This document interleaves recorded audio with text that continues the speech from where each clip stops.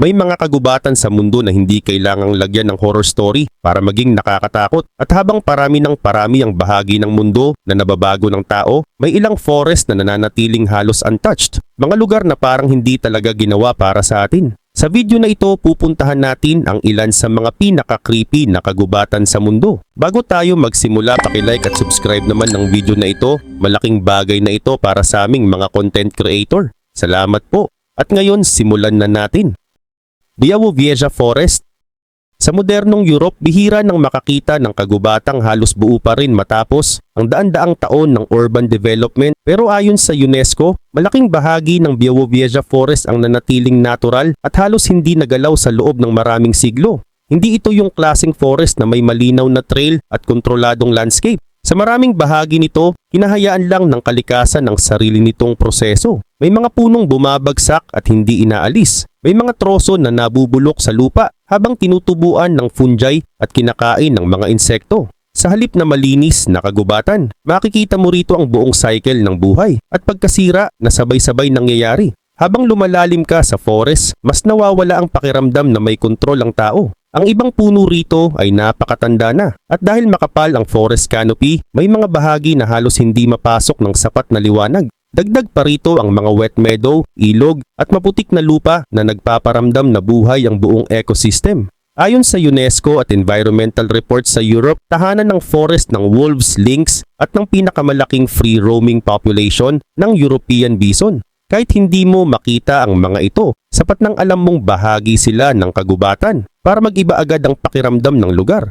Walang dramatic jump scare dito. Ang takot sa Białowieża ay mabagal. Yung tipong habang tumatagal ka, mas nararamdaman mong ikaw ang dayo at hindi ang forest ang bisita. Aokigahara Forest. Sa hilagang kanlurang bahagi ng Mount Fuji, matatagpuan ang isa sa pinakakilalang kagubatan sa Japan. Madalas itong tawaging Sea of Trees dahil sa sobrang kapal ng forest canopy nito. Ayon sa official tourism information ng Japan, nabuo ang Aokigahara sa ibabaw ng hardened lava mula sa malaking pagsabog ng Mount Fuji noong 9th century. Dahil dito, maraming bahagi ng forest floor ang mabato, hindi pantay, at puno ng ugat ng punong nakalabas sa ibabaw ng volcanic rock. Ayon sa Japan National Tourism Organization, ang volcanic lava rock sa ilalim ng forest ay nakakatulong mag-absorb ng tunog. Kaya kahit nasa gitna ka ng kagubatan, minsan halos walang marinig kundi sarili mong galaw. Walang malakas na hangin, walang tuloy-tuloy na ingay ng wildlife. Ang resulta parang may natural na muffling effect ang buong lugar. Mayroon ding mga lava caves sa paligid ng forest, kabilang ang Narusawa Ice Cave at Fugaku Wind Cave. Dahil volcanic ang buong landscape, maraming bahagi sa ilalim ng lupa ang may hollow spaces at lava tubes na nabuo matapos ang eruption ng Mount Fuji. Sa internet, madalas ding inuulit ang claim na hindi raw gumagana ang kompas sa Aokigahara. Pero ayon mismo sa tourism guides ng Yamanashi Prefecture, normal namang gumagana ang kompas kapag ginagamit ng maayos. Ang tunay na panganib ay mas simple kaysa sa mga urban legend. Makapal ang kagubatan, hindi pantay ang terrain, at madaling mawala kapag lumihis ka sa official trails. Sa madaling salita, hindi nakakatakot ang Aokigahara dahil nilalabag nito ang batas ng kalikasan. Nakakatakot ito dahil sobrang totoo at sobrang natural ng lahat. Red Forest. Matatagpuan ito malapit sa Chernobyl Nuclear Power Plant, isa sa mga lugar na pinakaapektado matapos ang nuclear disaster noong 1986. Ayon sa International Atomic Energy Agency o IAEA, ang bahaging ito ng exclusion zone ay kabilang sa may pinakamataas na radioactive contamination matapos ang aksidente at doon nagiging kakaiba ang lugar. Pero ang mismong paligid ay naapektuhan ng radiation. Doon din nanggaling ang pangalang Red Forest. Matapos ang disaster, maraming fine trees sa lugar ang namatay at naging reddish-brown ang kulay. Ang dating normal na kagubatan ay biglang naging simbolo ng isa sa pinakamalalang nuclear accidents sa kasaysayan. Sa pagdaan ng panahon, unti-unting bumalik ang kalikasan sa exclusion zone. Ayon sa mga report ng IAEA at environmental studies tungkol sa Chernobyl, maraming bahagi ng dating contaminated area ang tinubuan muli ng mga puno at halaman. May mga hayop ding bumalik dahil kakaunti na ang permanenteng tao sa lugar. Kapag nasa ordinaryong kagubatan ka, may visual warning ang kalikasan. Makikita mo kung saan delikado. Pero rito, mukhang buhay ang paligid habang dala pa rin ng lupa at ecosystem ang bakas ng contamination mula dekada na ang nakalipas. Hanggang ngayon malaking bahagi ng exclusion zone sa paligid ng Chernobyl ay halos walang permanenteng residente at kahit bumaba na ng malaki ang radiation exposure sa ilang area ayon sa international monitoring agencies, nananatiling kontrolado at mahigpit ang access sa maraming bahagi ng zone. Dahil sa Red Forest makikita mo kung gaano ka-strange ang epekto ng nuclear disaster sa kalikasan. Hindi nito winasak ang forest sa paraang inaasahan ng karamihan. Sa halip iniwan nitong tahimik ang lugar. Tahimik pero hindi kailanman ordinaryo. Daintree Rainforest. Matatagpuan sa Queensland, Australia, ang Daintree ay isa sa pinakamatandang tropical rainforest sa mundo. Ayon sa Queensland Parks and Wildlife Service, bahagi ito ng traditional land ng Eastern Kuku Yalanji people at kilala sa kombinasyon ng rainforest, ilog, bundok at coastal ecosystem na nagsasama-sama sa iisang rehiyon. At dahil doon halos bawat bahagi ng landscape ay may sariling danger. Sa ilang area ng Daintree biglang tumataas ang bundok mula mismo sa coastline. Ang malalakas na ulan, matatarik na terrain at mabilis na pagbabago ng water conditions ay kayang gawing delikado ang mga creek at river system kahit mukhang kalmado sa umpisa. Ayon sa official park warnings, pwedeng maging mapanganib ang malalakas na current lalo na pagkatapos ng heavy rain at cyclone season. Pero hindi tubig lang ang problema rito. Isa sa pinakaseryosong warning sa Daintree ay tungkol sa saltwater crocodiles. Paulit-ulit na nagpapaalala ang park authorities na iwasan ang gilid ng ilog at huwag basta lumapit sa mga water habitat dahil maaring may crocodile kahit mukhang tahimik ang paligid. At dahil Australia ito, may isa pang hayop na nagbibigay ng prehistoric na pakiramdam sa rainforest, ang Southern Cassowary. Isa itong malaking ibon na hindi lumilipad at maaring umabot ng halos 2 metro ang taas. Ayon sa environmental agencies ng Queensland, mahalaga ang cassowary sa rainforest ecosystem dahil tumutulong ito sa pagkalat ng mga buto ng halaman sa kagubatan. Pero kahit importante sila sa kalikasan, seryoso rin ang warnings tungkol sa kanila. Kapag natrete ng cassowary, maaari itong maging agresibo gamit ang malalakas nitong paa at matutulis na kuko. Kaya habang naglalakad ka sa boardwalks ng Daintree, may kakaibang pakiramdam na hindi mo makukuha sa ordinaryong forest. Parang hindi ka nasa simpleng tourist destination. Parang nasa lugar ka kung saan mas matagal nang nagahari ang kalikasan kaysa tao. At sa Daintree malinaw ang isang bagay. Hindi lahat ng nakakatakot ay misteryoso. Minsan sapat na ang isang rainforest na sobrang buhay. Sundarbans. Matatagpuan ito sa malawak na delta kung saan nagsasama ang Ganges, Brahmaputra at Meghna River systems bago dumaloy sa Bay of Bengal. Ayon sa UNESCO, isa ito sa pinakamalaking mangrove forest sa buong mundo. Pero hindi ito ordinaryong kagubatan na may malinaw na trail at solidong lupa. Ang buong lugar ay halo ng tidal rivers, maputik na isla, estuary at makakapal na mangrove forest na patuloy na nagbabago depende sa tubig at panahon. Ibig sabihin, kahit ang terrain dito ay hindi mo basta mapagkakatiwalaan. May bahagi na mukhang matigas ang lupa hanggang biglang lumubog ang paa mo sa putik. May mga creek na mukhang mababaw pero mabilis palang magbago kapag tumaas ang tide. At dahil hati-hati ang forest sa maliliit na isla at waterways, madaling mawala ang direksyon lalo na sa mga lugar na magkakahawig ang paligid. Ayon sa World Wildlife Fund, ang Sundarbans ang tanging lugar sa mundo kung saan naninirahan ang Bengal tigers sa coastal mangrove ecosystem. At dahil marunong lumangoy ang mga tiger na ito, kaya nilang tumawid sa pagitan ng mga ilog at mangrove channels. Doon nagiging kakaiba ang atmosphere ng lugar. Sa ibang forest, may pakiramdam kang may safe area. Pero sa Sundarbans, walang malinaw na boundary sa pagitan ng tubig at panganib. Pwedeng nasa bangka ka at isipin mong ligtas ka pero bahagi pa rin yon ng territory ng predator. At ayon sa conservation groups at local reports sa rehiyon, matagal nang may mataas na bilang ng human-tiger conflict sa ilang bahagi ng Sundarbans, lalo na sa mga komunidad na pumapasok sa forest para mangisda, mangolekta ng honey o maghanap buhay. Ang Sundarbans ay hindi tahimik na forest. Buhay ito. Gumagalaw. Humihinga kasabay ng tide. At siguro iyon ang dahilan kung bakit napaka-intimidating ng lugar. Dahil dito, ang kalikasan ay hindi background scenery. Siya ang may kontrol. Darien Gap. Ito ang malaking bahagi ng kagubatan at wetlands na nagsisilbing putol sa Pan-American Highway. Ang road network na sana ay konektado mula North America hanggang South America. Pero sa bahaging ito tila tumigil ang daan. At kapag nakita mo ang terrain ng Darien, maintindihan mo kung bakit. Ayon sa UNESCO at Biosphere Reserve descriptions ng rehiyon, isa ito sa pinaka-diverse at pinaka-komplikadong tropical ecosystem sa Amerikas. Hindi lang ito simpleng rainforest, halo-halo rito ang swamp, mangrove area, ilog, bundok, marshland at makakapal na tropical forest. At ang pinakamahirap dito, mabilis magbago ang landscape. May bahagi na puro putik at mababang swamp. Pagkalipas ng ilang kilometro, matarik na forested slope naman. Pagkatapos biglang ilog ulit o creek na kailangang tawirin.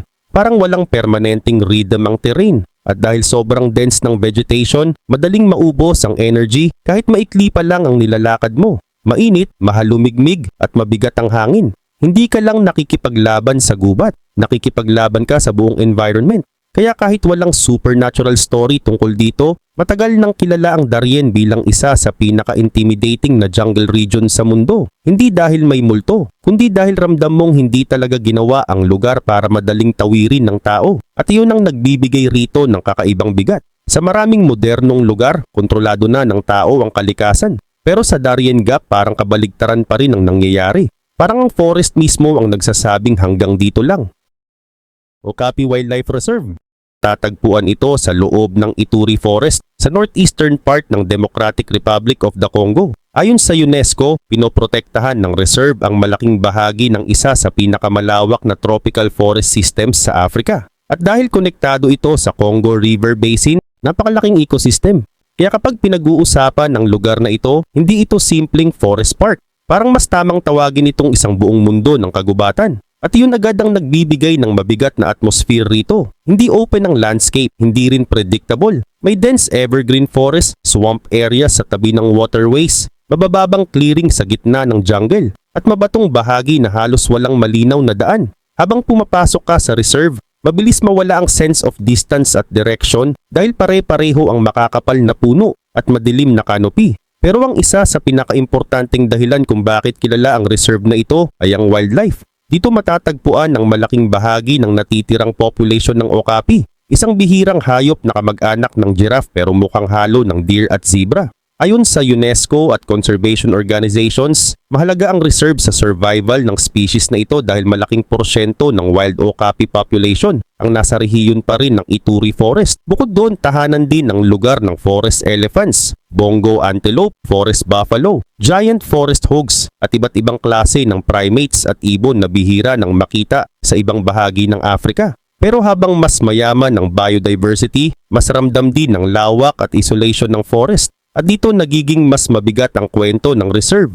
Dahil ayon sa UNESCO at international conservation reports, matagal nang hinaharap ng lugar ang illegal poaching, armed groups at artisanal mining activities. Sa nakalipas na mga taon, ilang wildlife guards at reserve employees na rin ang napatay habang pinoprotektahan ng forest laban sa mga armadong grupo at illegal operations. Kaya ang tensyon sa lugar ay hindi lang nanggagaling sa kalikasan. Nanggagaling din ito sa realidad na kahit ang mga taong nagtatrabaho para protektahan ng reserve ay nalalagay sa panganib. At iyon ang dahilan kung bakit iba ang pakiramdam ng Okapi Wildlife Reserve kumpara sa ibang forest sa mundo. Hindi ito simpleng wilderness adventure. Isa itong lugar kung saan ang kagubatan, wildlife at conflict ay magkakasamang umiiral. Bwindi Impenetrable Forest.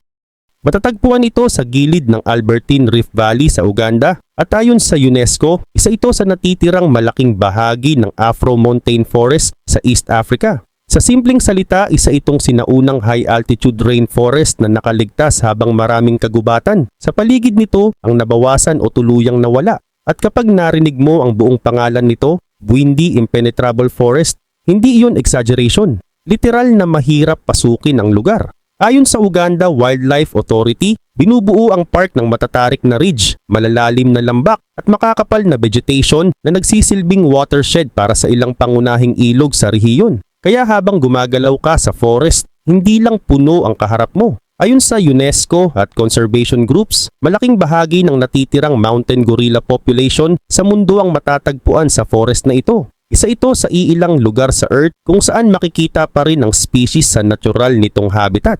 Pero hindi lang gorilla ang nandito. May chimpanzees, forest elephants, mahigit 120 mammal species, at daan-daang klase ng ibon at butterflies ayon sa Uganda Wildlife Authority. At imbes na gawing tourist-friendly ang atmosphere, lalo nitong pinaparamdam kung gaano kasiksik at kasalimuot ang buhay sa loob ng forest. Walang pakiramdam ng open space rito. Parang bawat bahagi ng gubat ay may gumagalaw o nagmamasid mula sa likod ng mga dahon at puno. Pero isa pa sa pinaka-interesting na bagay tungkol sa Buindi ay kung gaano kabilis nagbabago ang paligid sa pagitan ng tao at wilderness. Ayon sa UNESCO, napapalibutan ng forest ng ilan sa pinaka-densely populated rural areas sa Uganda. Sa madaling salita, may mga village at agricultural land na halos dikit na mismo sa boundary ng sinaunang rainforest. At siguro iyon ang dahilan kung bakit napaka-unsettling ng Buindi. Hindi dahil dramatic ang danger nito, kundi dahil pakiramdam mo may bahagi ng lumang mundo na naiwan dito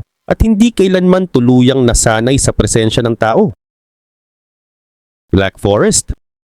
Matatagpuan sa southwestern Germany, kilala ang Black Forest sa makakapal nitong pine trees, malalalim na valley at mga bahagi ng kagubatan na sadyang hinahayaang bumalik sa natural state. Ayon sa official information ng Black Forest National Park, may mga core zones sa park kung saan minimal o halos walang human intervention sa loob ng mahabang panahon. At doon nagsisimulang mag-iba ang pakiramdam ng lugar. Kapag nasa labas ka ng forest, postcard perfect ang itsura nito. Mga village, bundok at pine trees na parang galing sa classic European paintings. Habang lumalalim ang trail, mas dumidilim ang paligid dahil sa kapal ng puno. Nagiging uneven ang lupa.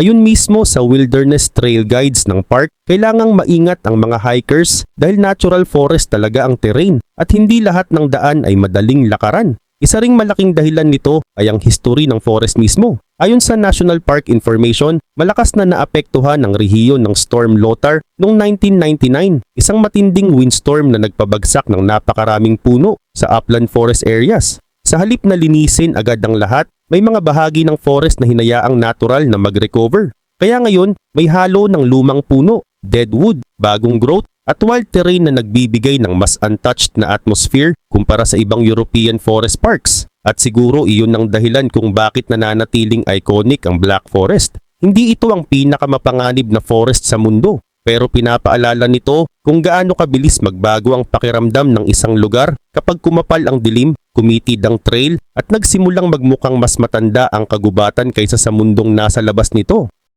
Sa iba't ibang bahagi ng mundo, may mga kagubatan na hindi lang basta magaganda o mapanganib. May mga forest na kayang magbigay ng pakiramdam na parang hindi ka talaga kabilang doon. At siguro iyon ang dahilan kung bakit hanggang ngayon, malakas pa rin ang epekto nila sa imahinasyon ng tao. Dahil kahit gaano ka-advance ang modern civilization, may mga lugar pa rin sa planeta na hindi tuluyang napaamo ng tao. Mga rainforest na kontrolado ng tides at predators. Mga jungle na halos imposible pa ring tawirin. Mga sinaunang kagubatan na mas matanda pa kaysa maraming lungsod at bansa sa paligid nila. At habang tinitingnan natin ang mga lugar na ito bilang creepy o unnerving, mahalagang tandaan na karamihan sa kanila ay mahalagang bahagi rin ng natural world. Marami rito ang tahanan ng endangered species. Marami rin ang protektado dahil critical sila sa biodiversity at climate balance ng Earth. Kaya sa isang banda, ang takot na nararamdaman natin sa mga forest na ito ay baka paalala rin na may mga bahagi pa ng kalikasan na hindi umiikot para sa comfort ng tao. At marahil, iyon mismo ang dahilan kung bakit sila napaka-fascinating. Dahil sa loob ng mga kagubatang ito, hindi tao ang bida, tao ang bisita.